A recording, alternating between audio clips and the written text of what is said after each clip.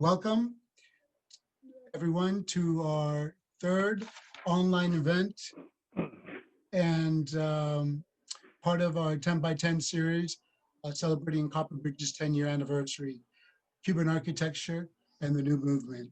I want to take this time to welcome and to thank all our collaborators like Miami Center for Architecture and Design and AIA Miami, along with our media sponsors, ArchDaily and On Cuba. Tonight, I'm really quite excited about the group that we have brought together, and I think you'll enjoy it as well. I'd like to introduce you now to one of our collaborators, Cheryl Jacobs, Executive Vice President of MCADS and AIA Miami. Hi, everybody. First, before I get into anything, I want to remind you that we have a lot of people on this Zoomie, and to please mute yourself and also stop your video for now. It helps us with bandwidth, and it keeps us clear for our wonderful speakers. So please do that. And if you don't, we will mute you ourselves, and we don't want to do that. So thanks, everybody, for Zooming in. We're thrilled to be able to partner with the GEO and the Copperbridge Foundation. It's the Miami Center for Architecture and Design. And we're going to announce our trip to Cuba next year, MCAD Travels. We were there last in 2017, and we're just so excited to be able to announce our next trip. Don't have the dates yet. We'll be coming up with those really soon. If you want information, please reach out to us at info@miamicad.org. Again, please silence, mute, and now we'll get on with the program. Yes, I want to take this moment to especially thank the Swiss Embassy in Cuba and the Ambassador Mauro Reina, Ambassador to Cuba and Jamaica, for making this possible. Again, they partnered up with us to do all our Cuban series along with MCAD and AIA. So again, we're very fortunate to have such a great group of people together. So I'm immensely proud to introduce you now to Ambassador Mauro Reina for Cuba and Jamaica. Take it away. Thank you very much, Gio. I'm very happy to host this interesting event in the premises of my official residence in Havana this evening. I worked in this part of the world for less than a year, but this relatively short time was enough to be acquainted with the good projects that the Copperbridge Foundation has been supporting in Cuba and beyond, several of which have actually been founded with Switzerland. For those of you who don't know us, let me recall that the Swiss Agency for Development and Cooperation, a part of the Swiss Foreign Ministry and a unit of the Swiss Embassy in Havana, has been supporting the Cuban people since more than 2 decades now.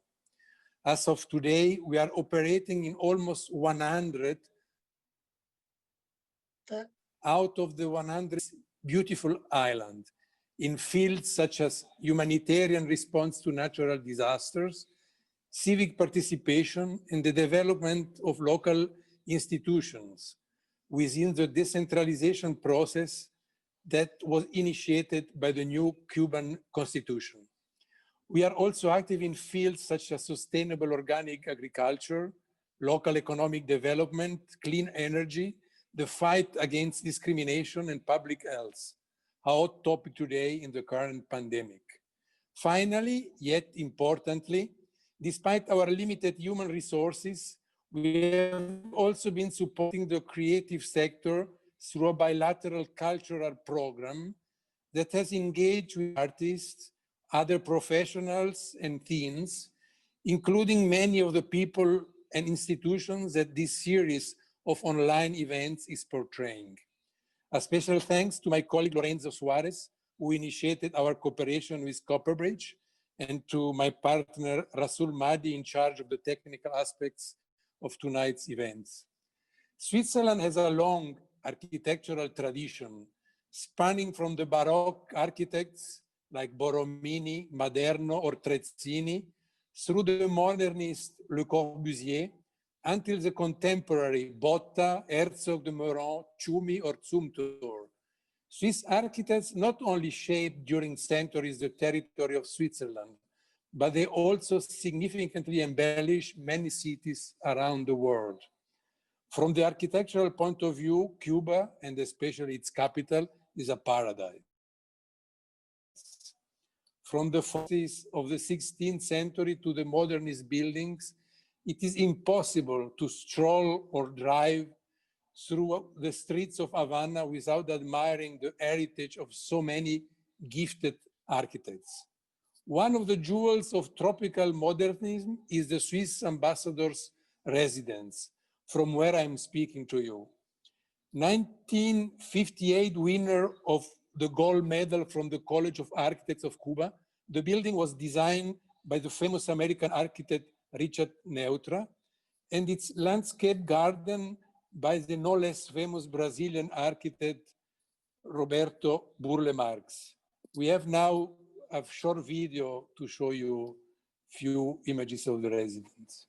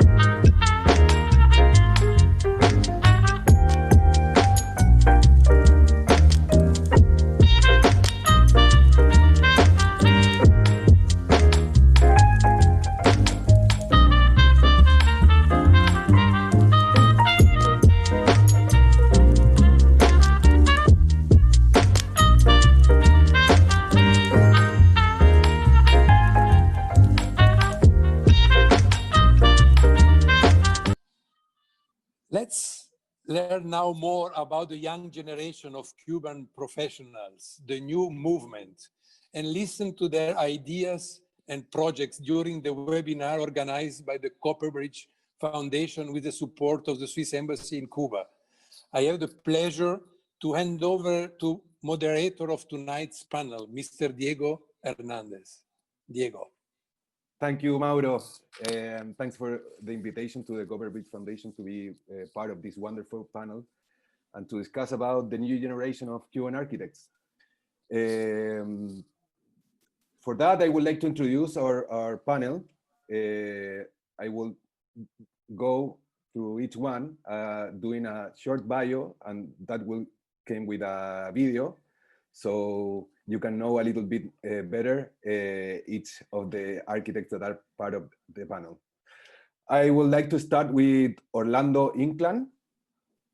Orlando Inclán is an architect who graduated for the Faculty of Architecture of Havana in 2000 and is the director of the planning workshop of the company Restoration of Architecture and Urbanism Projects of the Office of the Historian of Havana. He's a specialist in restoration and urban design works and the author of several works referring to the theme of intervention in buildings of high heritage value and cultural centers. Since 2001, Inclán has been professor of the Faculty of Architecture of Havana in the design department. Orlando is also a founder and leader of the Havana Regeneration and HRG Arquitectura Group, and was the head of the editorial board of the Docomomo Cuba Bulletin from 2004 to 2006. He currently directs and conducts the radio architecture program at the Havana radio station Talking About Space.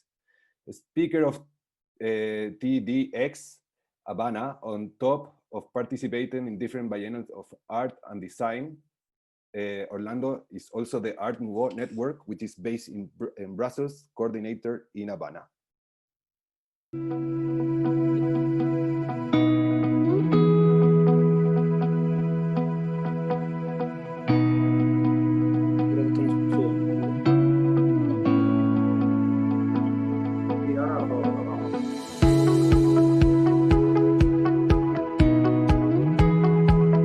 next guest is Fernando Martirena and Anadis Gonzalez from InfraStudio. Fernando graduated from the architecture faculty of the Havana Technical University in 2016 and is the founder of the architecture studio based in Havana, InfraStudio. Since then, he has been developing conceptual ideas and turning them into technical plans following the entire project's process. Fernando has curated architecture exhibition for Havana's 12th Art Biennial and the IAA Design Committee in Havana. In 2017, he started to work as an assistant professor in the Havana Architecture Faculty for Project Economic of Construction and Environmental Design. In 2018, Fernando was in charge of giving the conferences of theory of architecture in the Havana Faculty of Architecture. Hi, Fernando. And Anadis graduated in music from the Professional School of Art of Matanzas in 2013. Later, she graduated in architecture in 2018 at the Technological University of Havana, José Antonio Echeverría. She's the founder of the Art and Architecture Studio, InfraStudio, along with Fernando Martirena and David Medina. With InfraStudio, she has participated in the last 2 Havana Biennials in group exhibitions and is the personal exhibition at the Ludwig Foundation in Cuba. In 2019, she created the publishing house of craft books, Ediciones Infraleveles.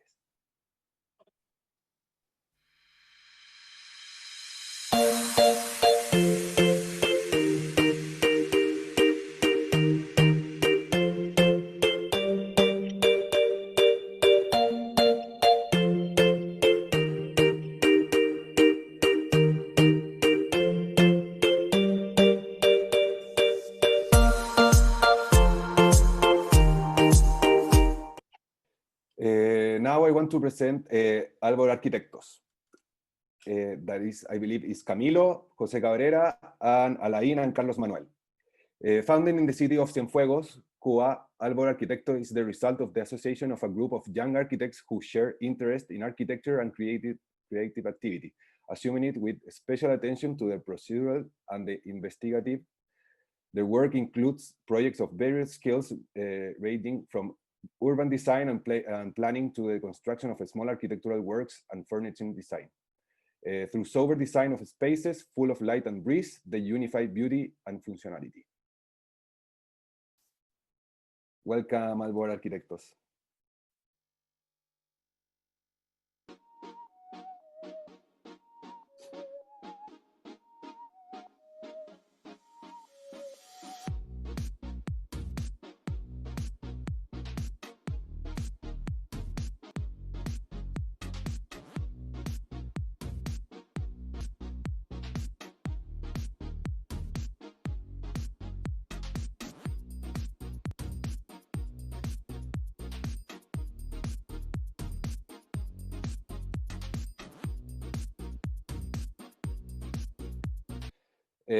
Finally, I would like to introduce Joadi Rizzo Fiallo. Joadi is the co-founder and architect of Terroir Architect Studio. He graduated in architecture and urban planning at the School of Architecture of Havana in 2006. Since then, Joadi has been involved in the design and construction of several education, domestic, and commercial buildings. His labor also includes several artistic installations and collaborations inside and outside of Cuba, including the remarkable Nest Point of View, and Entre Fronteras, an architectural intervention. Hi, Giovanni.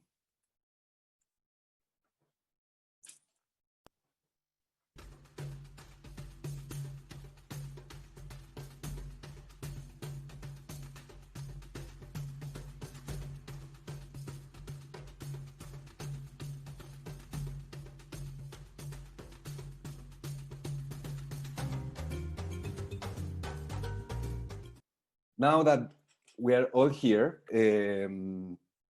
first of all, I want to congratulate you for your amazing work. I believe it still had to be recognized from the rest of the world. Working for ArchDaily, I believe we have an amazing opportunity in the future to show your work and to communicate to the rest of the world, like in these opportunities.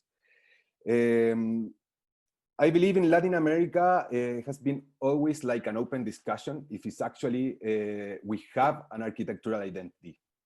We have a huge influence from European architecture, and So what we usually ask in different countries in Latin America is, does exist like an architectural identity of each country? Maybe we can continue with the same question to Camilo to see what he thinks as a young architect and related to your work. Do you believe that in your work, do you have a Cuban architectural identity? You look for that in your work, or you try to go away and see your own opportunities as architects to show what you're thinking as architects? Hi, everyone, and thanks for the opportunity in the name of Albor for participate here. So that is one of the hard questions of the night. So I think, of course, that every activity, not only the architecture, but arts or something, and have implicit the identity of the country that the activity itself is developed. So, and finding for a Cuban contemporary architecture is a very, for us, a very difficult thing to define, because as we know, this movement is a pretty young, or this kind of movement. So in Cuba, of course, in the past, I think we have a very good exponents of architecture, Cuban architects. So, but with the pass of the time, maybe that identity was not lost, but maybe blurred by the situation and the impact of the economic crisis. So right now, rediscover this identity was like a challenge for this kind of generation. That's pretty our opinion. Yeah, for sure. Orlando, I watched the other day your TEDx lecture, and also you mentioned about the use of the bike, and you want to record this. Do you believe, and how Cubans use the street? Do you believe that could be part of this same question of looking for this a contemporary Cuban architectural identity? Sorry. I will translate him, but I will do my best. I'm not interpreter, so please forgive me. All right. Gracias, Rizzo. La idea de una arquitectura contemporánea, yo creo que puede estarse manejando en estos momentos en Cuba. The idea of a contemporary architecture is something that we can handle right now in Cuba. Hace 20 años trabajo en la oficina del historiador con el doctor Eusebio Leal, que recientemente acaba de fallecer este año.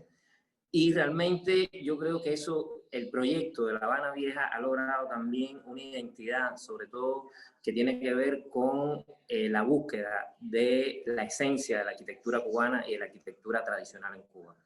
20 years ago, he's working in the office of the historian of Havana with Eusebio Leal, that sadly passed away a few days ago. And the search of the identity is part of the work of the office.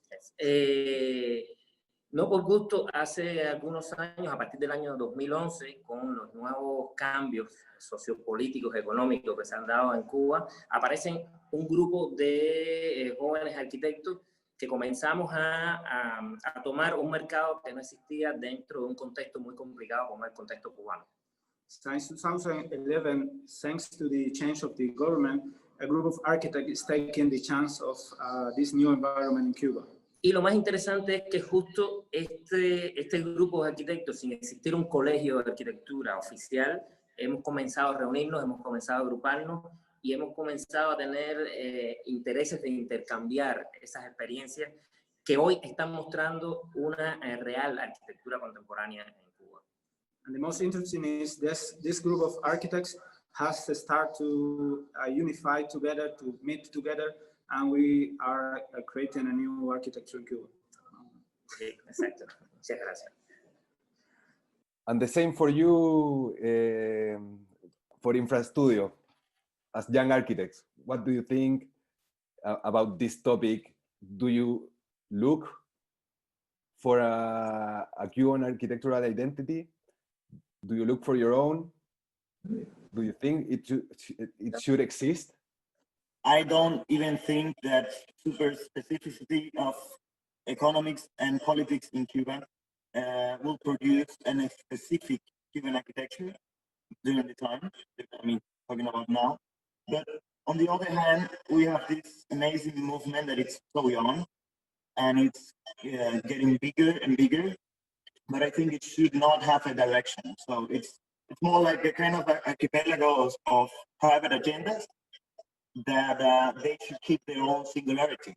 So in terms of history, we are talking about that the last, there was like 40 years of emptiness of architectural statements in the Cuban architecture history. And then around 10 years ago, it started to run again this engine. And so talking about a generation that we think it's a post-national generation, I think we have freedom of taking the direction we want and not this, the burden of history in a way, you know? And also this, we don't have a previous generation, so we don't have to kill our parents in a sense, in a theoretical sense. So that would be my take. Joandy, you can comment us about your thoughts related to this topic? I truly believe that it's happening something. Movement isn't just aesthetical or philosophical, it's also a social issue. So we have been in this building process of Cuba since 2010, 2011, and we are the response of that, we are the result of that. So we have limitation with material, we have limitation with laws, we have, all the limitations. So that creates a unique kind of architecture. Could be good or bad, but for sure it's unique, it's different, because it's shaped by the limitation. And we had to be creative in order to jump all of that and create and express ourselves through the architecture. So I'm not the person who will judge what we are doing right now, but for sure it's mandatory that our architecture will be different because we have a totally different environment. And this collaboration that we are doing right now, we are probably the first really group of young architects that really works together, collaborate and respect each other. We are not fighting against us anymore. And I think that will have amazing results very soon. Great. Can you explain a little bit further how are you collaborating between each other? Because I believe it's very interesting. Usually architecture is a career that the ego goes bigger than the architects that looking for to work together. So I believe it's very interesting as a young generation to see this type of collaborative work. Can you give us an example of what you're doing together, or have you been working together in some projects? Well, first of all, we had the president in the 50s. We had a group of architects that works together. So many of the architects that built Havana were collaborators in some way. So we have been fighting against us for so long that we never believed that this will be possible. And right now we are doing this group that the name is HECA, and the idea of this group is put together all the opportunities, put together all the problems, and we are really collaborating through this group. So social networks have changed the environment of that, but most important is the will of the architects. We don't want to compete, we want to collaborate, because we are enemies. We have to face the challenge of the future, and is when the big company come to Cuba, we need to be prepared to fight against them in some way. So it doesn't have any sense to fight against us when we have to be prepared as much as we can in order to be competitive in the future. Well, now maybe I would like to change a little bit the topic, and I would like to ask Albor Arquitectos, and then maybe continue the conversation with the rest of you guys, like related to construction materials and regulations. That is what you were mentioning, Joandi, a few minutes ago. What are the complications and facilities available? Does this actually affect the creative process, or do you believe it's more like a downward opportunity, or like a good opportunity to have these limitations? That's a very nice question, because we recent like 2 hours ago, we have a very long discussion in the team about that. So we need to prepare what we will answer to that. So of course, that if you have a limited, I say a limited quantities of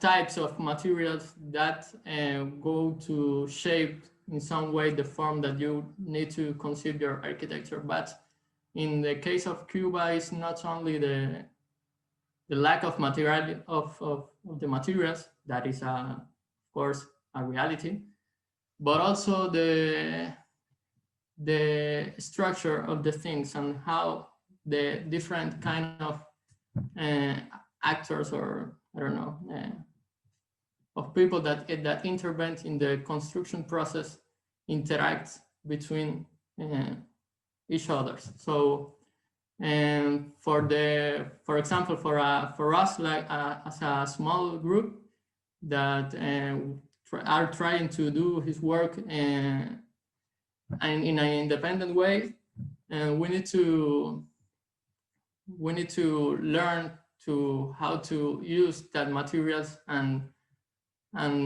use it in the way that we project our work. So for us, it's an interesting experience. The fact that we have a small team, not just formed by architects, but also by the builders and also by the engineers, and precisely the scale of this small team is a very good possibility, because we can learn together and risk, for example, some kind of material techniques or material of building techniques that have lost with the time of the years, with the past of the years. So we can use this kind of technologies and reuse it in a contemporary way. So with that, not only reconnect with our traditional past, but also say the right answer to a problem, like for example the problem of the tropic, the ambiental problems, and that the architecture in Cuba can have a project, for example. Perfect. Well, maybe we can continue with Orlando. Sí, a ver, es una temática realmente complicada y creo que, como decía Rizzo, es lo que marca la diferencia entre la arquitectura que se puede estar haciendo en Cuba y en el resto del mundo. This is a very problematic issue, and it's marked the difference between what we are doing in Cuba and what can be doing in the rest of the world. O sea, nos estamos enfrentando ante una manera de hacer arquitectura prácticamente donde no existe nada. O sea, los materiales son materiales muy básicos y donde realmente es difícil poder acceder a otro tipo de materiales. We're facing a kind of architecture out of nothing, where the architecture came in a basic materials and basic ways to do. Es una puesta en valor de reuso de materiales, de reusos de mobiliario, de reusos de vivienda. O sea, prácticamente la mayoría de la arquitectura que se está generando, en buena parte, más que obra nueva, es obras de intervención, restauración, reconstrucción. So it's a work about reutilization of furniture, materials, houses. So many of the works are about restoration of buildings. Y esto ha estado caracterizando también esa problemática de la falta de materiales, la falta ha potenciado la creatividad de todos estos nuevos estudios que agrupados en ECA, como comentaba Rizo, hoy estamos trabajando y estamos haciendo realmente un proyecto muy interesante. So this la falta justamente es lo que revela esa this lack of resources had creatividad. Had the opportunity to create HECA, and was the main inspiration to collaborate and do a better work. O sea, la mayoría de los proyectos que hemos estado realizando desde HRG Arquitectura, el estudio nuestro, son proyectos ya sobre viviendas, sobre intervenciones y proyectos, bueno, como de conversión desde el año 2011, o Malecón 663, donde el 99% de los elementos que usamos son material cubano, reusados, rehechos y repensados desde el contexto actual. Almostly all the projects of HR Studio have been about restoration and recycling, and good examples of that are La Guarida and Malecón 663, where they used a lot of reclaiming materials. Well, hopefully we can have all these projects soon on ArchDaily, so the audience also can know a little bit more about these projects, because they sound really, really amazing what you're doing there in Cuba. Maybe we're having back, and also I would like to thank the audience to be patient. We know it's not easy to have communication with Cuba, but I believe until now has been working perfectly since these little hiccups. So now maybe we can go back with InfraStudio to know their opinion related to this topic. I said it's been crucial for us, the Cuban context regarding the complexity to get material supplies or the lack of working hand jobs. We have decades of missing construction. So right now, we find ourselves in a moment when we look more for a practice that is related with visual art or conceptual art, in the sense that we try not to develop fixed buildings, but ideas or concepts for buildings. In the way that it's for us more important, the performance of architecture, that the spatial experience itself. I mean, materials can change, everything can change, furniture can change, and we need to be prepared for that not to define the architecture and the performance of architecture. Thank you.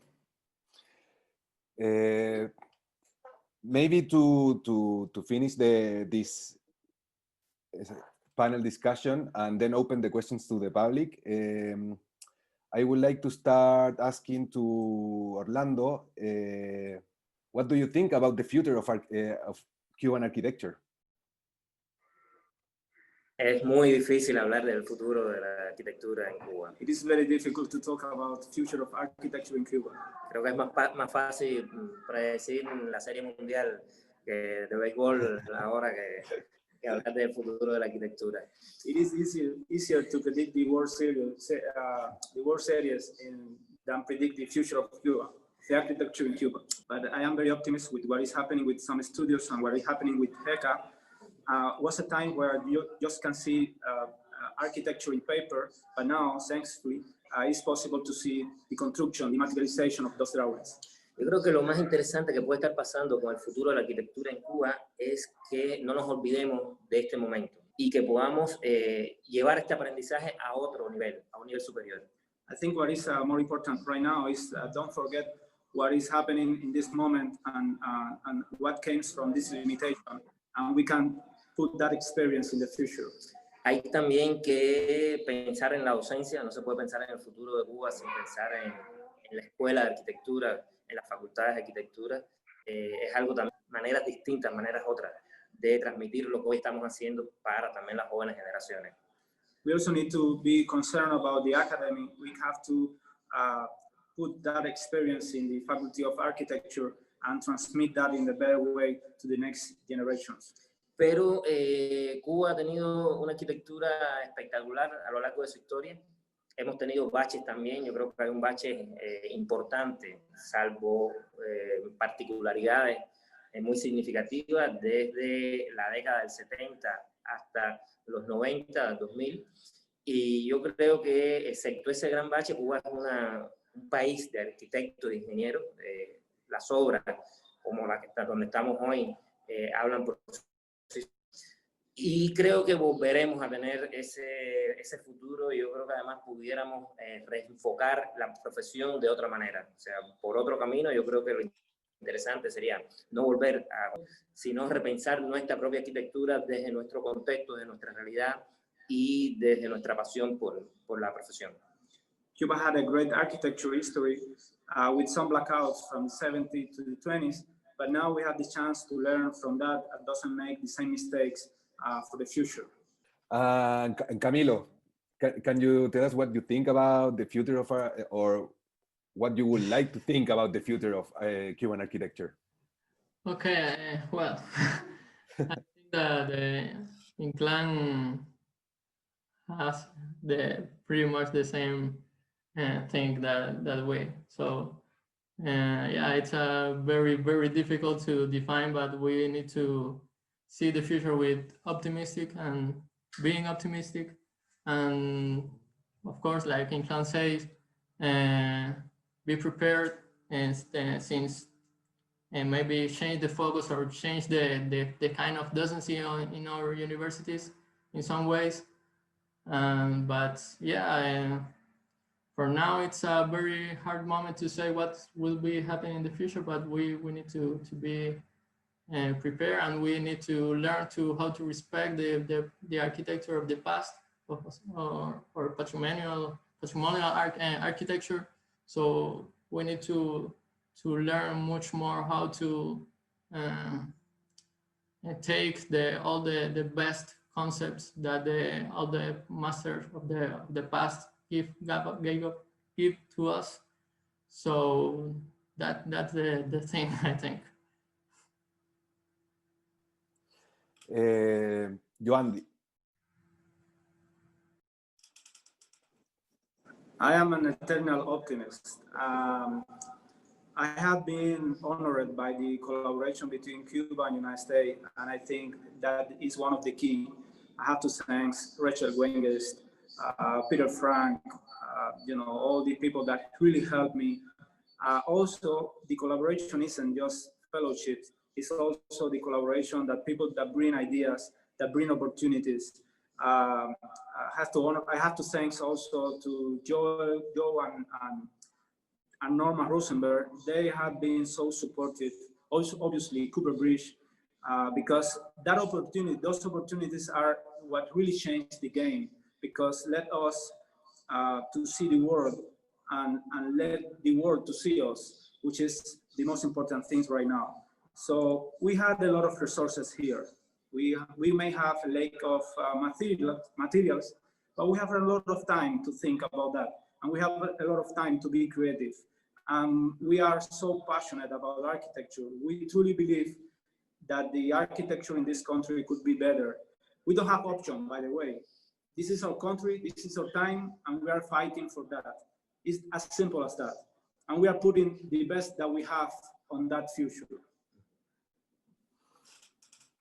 Absolutely agree with you, Joandy. I believe you have a unique opportunity here. Your generation, you will be the reference for the future architects, actually. So I would like to continue with this discussion. Also to ask, maybe you're with a better audio right now, to Infra Studio, and to know your perspective of the future of the architecture in Cuba. It's been just working on a very small scale, which is with private investors.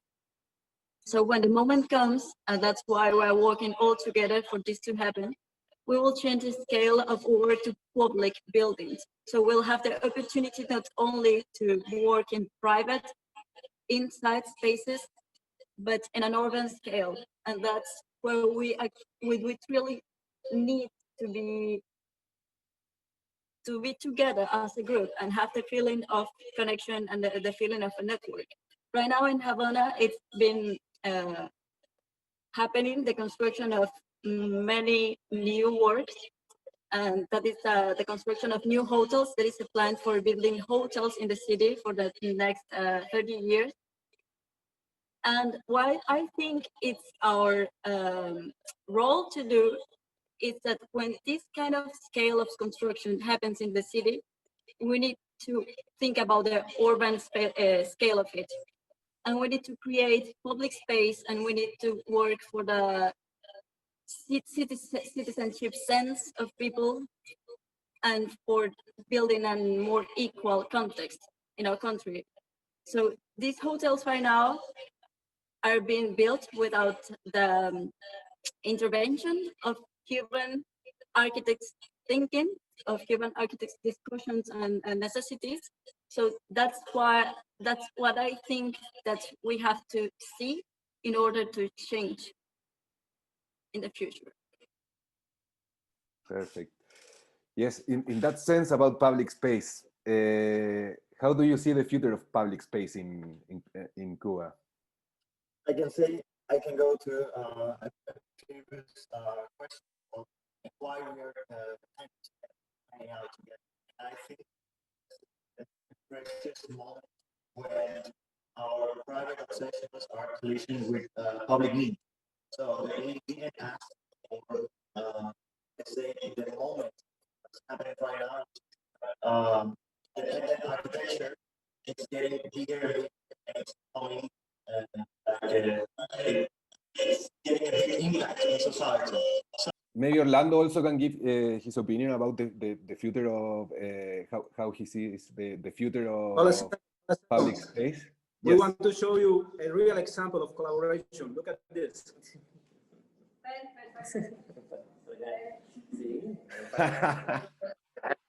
Amazing, the magic of live TV. Magic. This is happening right now. This is real life.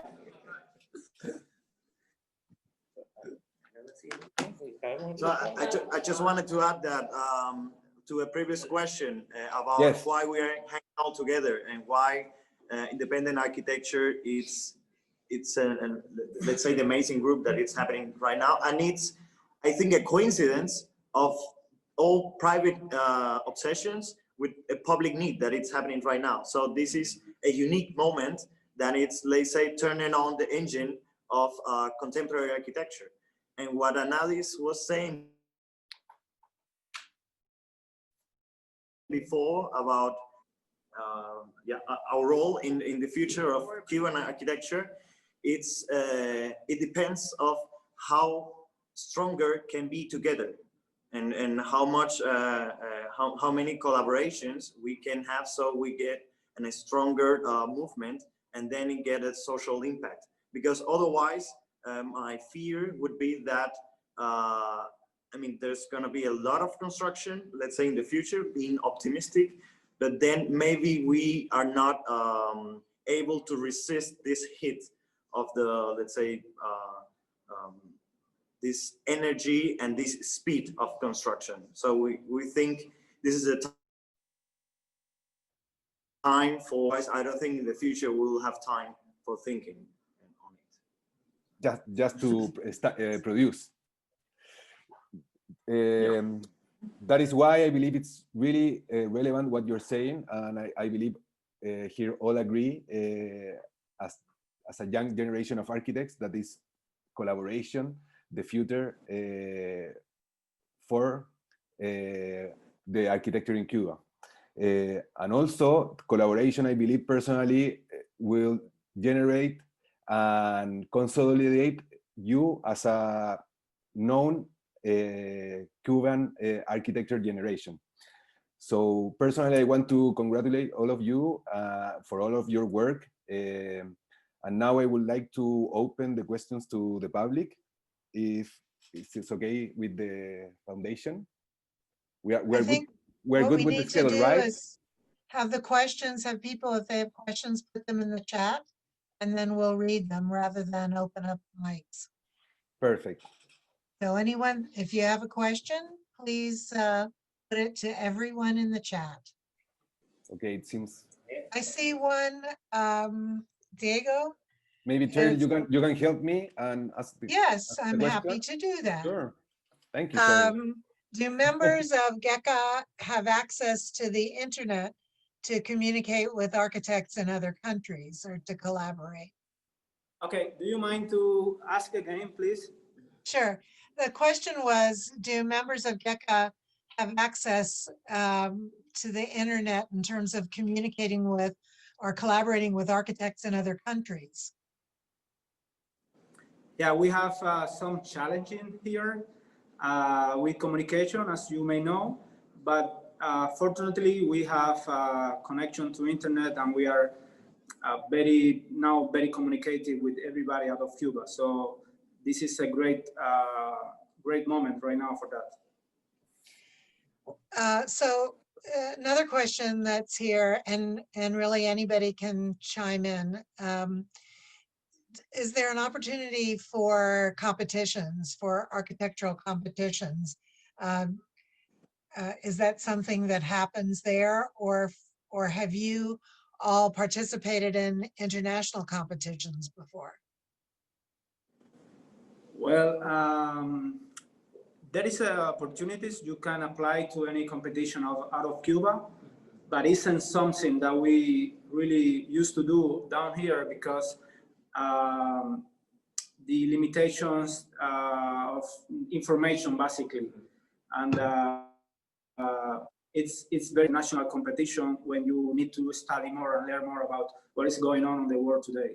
So it is expensive also to apply to those, and then even though you have the money, it isn't easy to put money in a bank account outside of Cuba because we are Cuban. So we have embargo from both sides. So. No. So, yes, I understand that.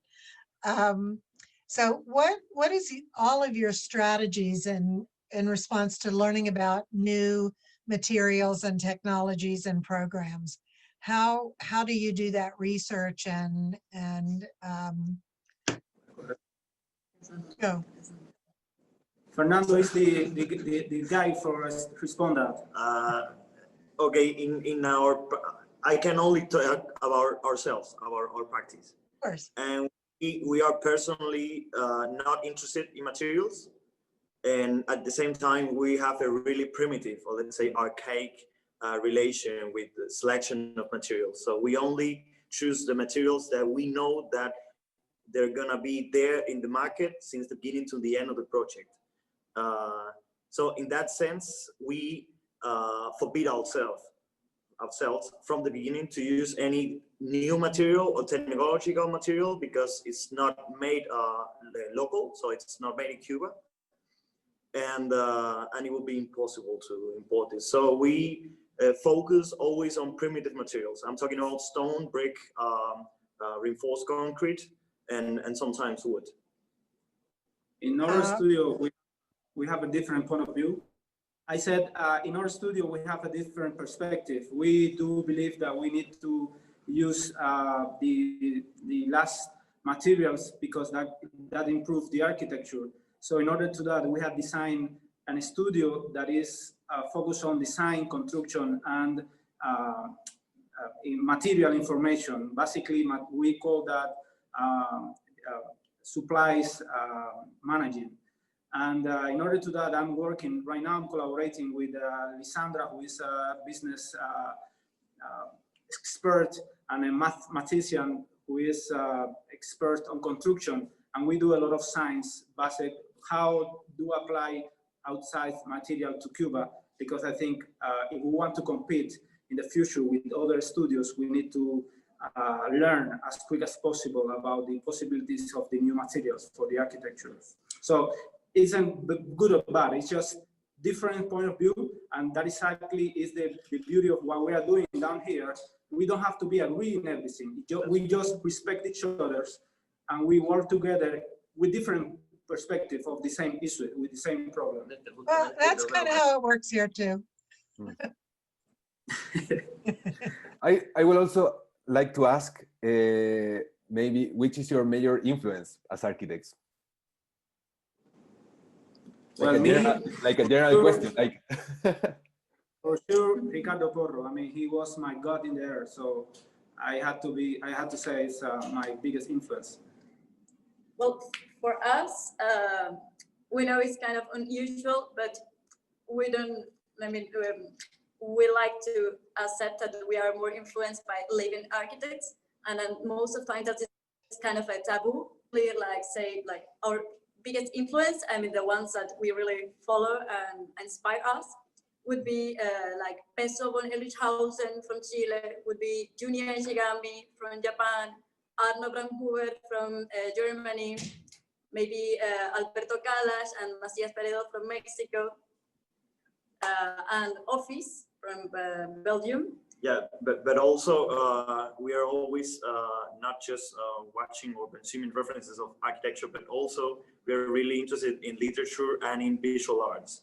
And artists like Felix González Torres or Santiago Sierra are crucial to our way of understanding our context and also our interior ideas, so the production of ideas. Sí, para HR de arquitectura, sobre todo la arquitectura cubana, o sea, la arquitectura cubana de los años 50. So for HDR architecture, it's basically a Cuban architecture from the 50s. It's the main influence. Todo lo que estuvo sucediendo en los años 60, que para nosotros fue fundamental, sobre todo porque esa arquitectura tomó una dimensión social. And everything that happened in the 60s here in Cuba, because it took a social dimension, I mean the architecture. Y toda la arquitectura que tiene que ver con ese bien público que se hace hoy en cualquier parte del mundo. Pensando, por ejemplo, en Samuel Murphy, el estudio, todo lo que hizo y todas las escuelas que dejó a raíz al principio de los años 2000. So thinking about all the architecture that it's being, let's say, achieving a public wealth, like Samuel Murphy, de estudio a principios del año 2000, toda esa escuela que fundó en los Estados Unidos. Well, I think I must talk by Albert. So, of course, we have a lot of reference, but, and by the way, we want to say thanks again to ArchDaily, because for us was a very important media of communication, and for ArchDaily, we know how much the architecture at the border it's happening in the last year. So we can connect with the architects of maybe the not the very first world, but also maybe the architecture that has been released right now in Asia and in Africa and in other countries that maybe have similar contexts like us in the sense of the scarcity of materials and this kind of stuff. But we also, of course, love to see to the past and see all this kind of traditional house and how this house in the past resolved all these problems. And also we like to see the named popular architecture and all this kind of solution that the people in Cuba do to his common problems from the day to day and resolve with very, very specific interventions and with a very almost known materials. And they resolve and reinvent their own houses. So we inspired fundamentally by these, 3 scales.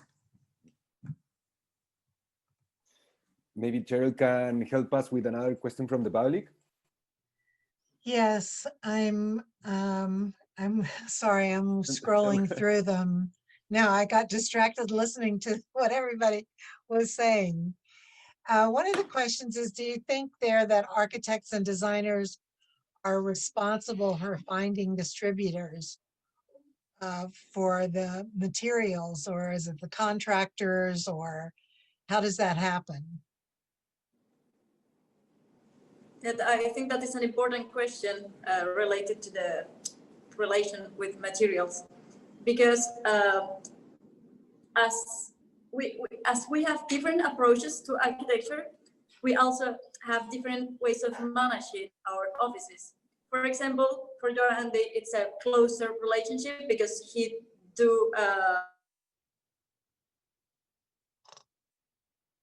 manages, takes charge of design, but also takes charge of construction and doesn't finish his job until everything is done. For us, it's a bit different because we only take part of design, and in the minute we finish design, we become like the oppositors of the constructors. So we have to be like very close and have a dialogue that continues moving and changing through all the process of construction.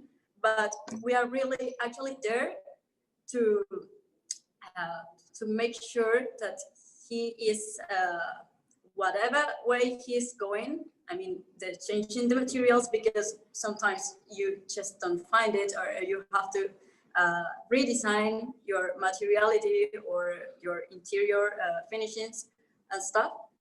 But to make sure that everything that won't affect the design that we made before. And then some offices have the whole intervention in that process. Go ahead. I had a question. Oh, go ahead, Gio. Based on what you just said and the private sector that was opening up, can you tell me a little bit about the regulations, that are imposed for new designs or interventions? And if so, can you please tell me one of your projects that you've done that you're most proud of? Just give us like a description of it, a brief description of it, and what were the challenges?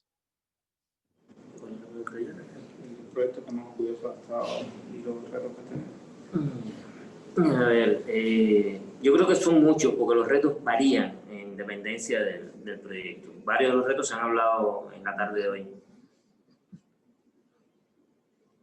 Okay, sorry, we have many translators here, many interpreters here. So there have been a lot of projects, and the challenging, we had spoke about that in the afternoon today. Creo que uno de esos retos estuvo, por supuesto, en el proyecto del Palomar, proyecto que hemos estado trabajando también, tocando en algunos momentos. One of those challenges was the project of the Palomar, que es el reto de intentar generar una nueva imagen, una nueva dinámica y sobre todo una nueva estética a partir de la intervención sobre la ciudad. The challenge of create a new image, a new way to see the intervention over the city. Y cuando hablamos sobre la ciudad es literalmente sobre la ciudad. O sea, estamos hablando de un producto.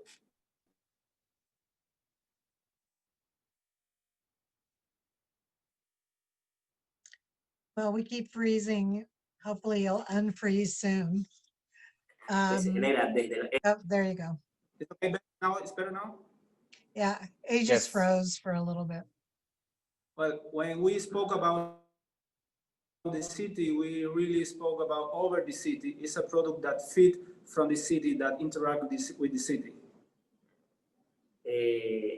Es de esos proyectos también que comienzan a predecir el futuro, o sea, que ahora tal vez sea muy difícil de materializar, pero que ya comienza también a poner una nueva imagen también en los planos, una nueva imagen en la conciencia de las personas, y por eso nos parece también que es uno de los proyectos en los cuales nos sentimos muy orgullosos. It's a project that starts to face the future, and it's proposing a new image, a new speech that probably now will be hard to understand, but it's a future project.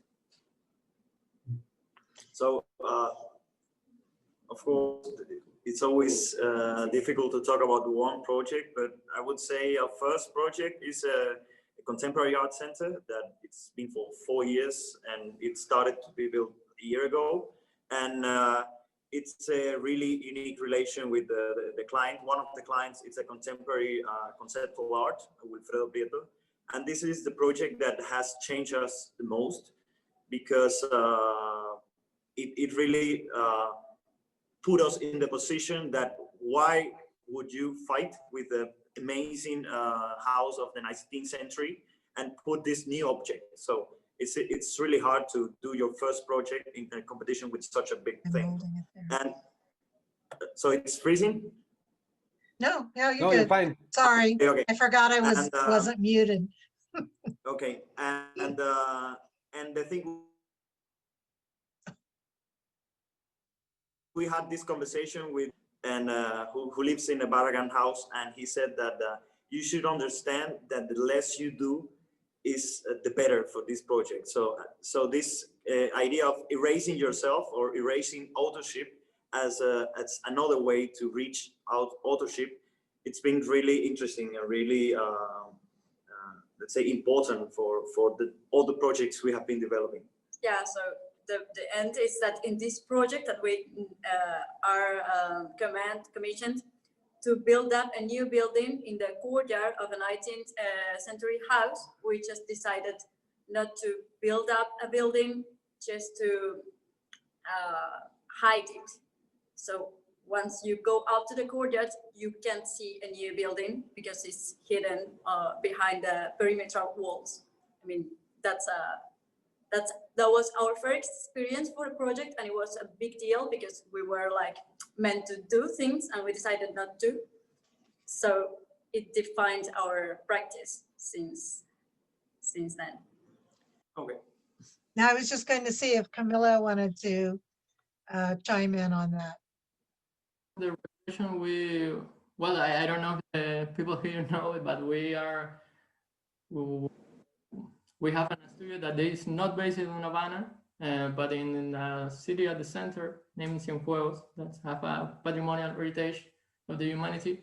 So, of course, we in all the project that we have in the urban center of the city, of course, we have a very big responsibility with the regulation and with the historic heritage of the past. So we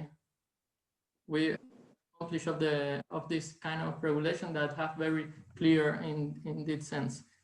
So for the second part of the question, that if we have a project that may cost, what is a very difficult answer to that, because we appreciate very much the process of the building, even in some cases much more the building itself. So we can talk about many projects as the project when we participate at in the past Biennial of Art of Havana, because we in that project we have the opportunity of share our experience with artists and share for first time. We can do it installation on the public space and interact with the people directly, and much more than the architecture piece itself. So in the case of the architecture, we are doing right now, we are finished a house is named Casa Torre, and in that house, of course, this unfinished yet, but we are a little bit proud of that because we have a very small connection with all the people that participate in the building of the house, and we can explore also the concept of process, I don't know, project or something like that, because the project that in the way that we thought was now ended maybe in 10 years. So we want to the building was developed at the pass of time. So that was two of our projects that we are proud right now. Thanks. So let me, I have to say in the chat, there are really a lot of positive remarks about all of you. And I think it's been really exciting for people to hear from you. And, you know, we have people on from all over the world, not just here in the States. So I just wanted you guys to know that. And one of the comments was thanking everyone for your perspectives, but asking to share your studio's social media accounts so we can maybe all of you put that in the chat. And then they asked, how else can we support your work or this movement with the young architects from abroad? So I'm gonna. I could say one thing there. I know Okay. that ArchDaily has proposed next month to do a focus on young Cuban architects. Oh. And if not, that'll be something that will be coming along. So that's also a way to support and to bring focus to the young architects and all the firms that are working currently in Cuba. And I just want to take this time again to say, Diego has been doing great, and thank you for taking this on along with the ambassador of Switzerland. Again, this is for me, I'm so excited because this is really what our mission is to create dialogue through the arts, and I'm just jubilant about how we're together, even with this situation with the internet. You guys are fantastic. So I just had to say that before time was up. Diego, he put you on the spot now. Yeah, I'm absolutely agree, Dio, with you. We share the same values in ArchDaily, and we believe actually one of the success of ArchDaily is that we started here in Chile, and we started publishing Chilean architecture that maybe for the European or the US market wasn't that known, and we started to get known all the Latin America and especially Chilean architecture. And now it's the same for us, the opportunity, as we did also for Asian countries at Vietnam or Thailand, to do the same with the newer generations of Cuba, and to show the amazing work that you're producing in your country. So that's also a value that we share, of course. That's great. So it looks like Copperbridge will be sharing everyone's social media. Yes. And we'll also share ArchDaily. And, we're going to be communicating a lot, I think, with all of you on the social network. I'm just going through this. It's like one accolade after the other. So I'm just trying to find an actual question. I like the accolades. No, it's okay. The accolades are good. Diego, do you have anything else that you want to ask? Well, I have a lot of questions. We can continue the conversation. But I believe maybe it's better to continue with a wine. Somehow, no. Yes. But nothing to continue with every else evening. That for sure. Well, thank you. I want to let you know that this is being recorded, everyone, remind you, and that it will be posted on the MCAD MiamiCAD.org website, and also on the Copperbridge Foundation website. And Gio, I'm sure you want to say a few closing words. I just want to, yes, again, I want to thank everyone, MCAD's AIA, ArchDaily, Diego, you're wonderful.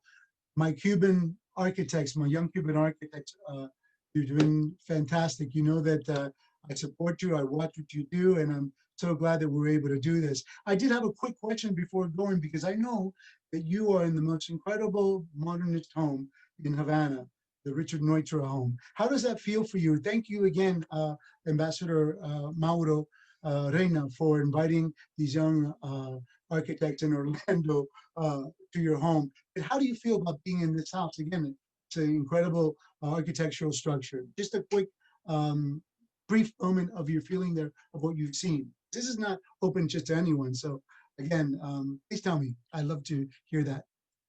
It's good enough, Gio. It's another day in the paradise. Oh, I know that this has been a privilege for us and for you too. And again, I just want to thank Ambassador Mauro Reina for opening up his home and also being the platform for the secure exchange with you and the world.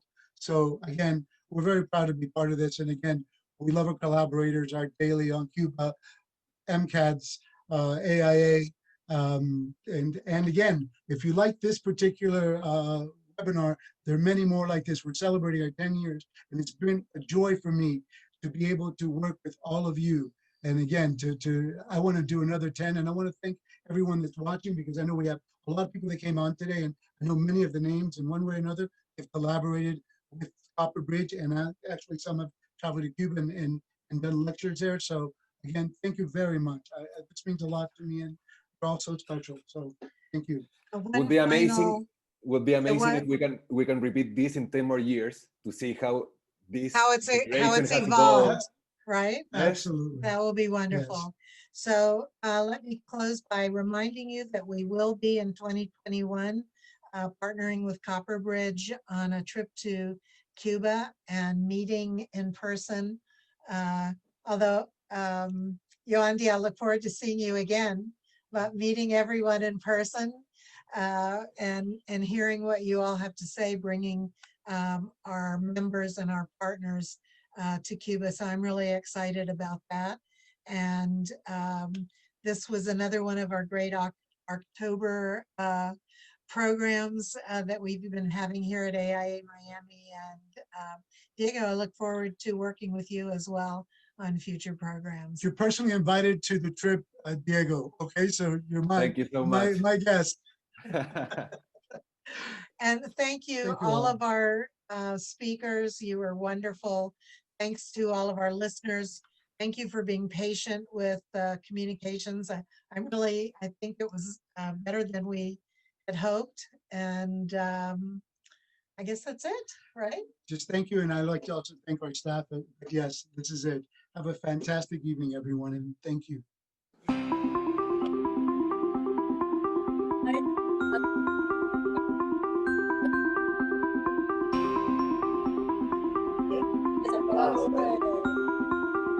Muchas gracias.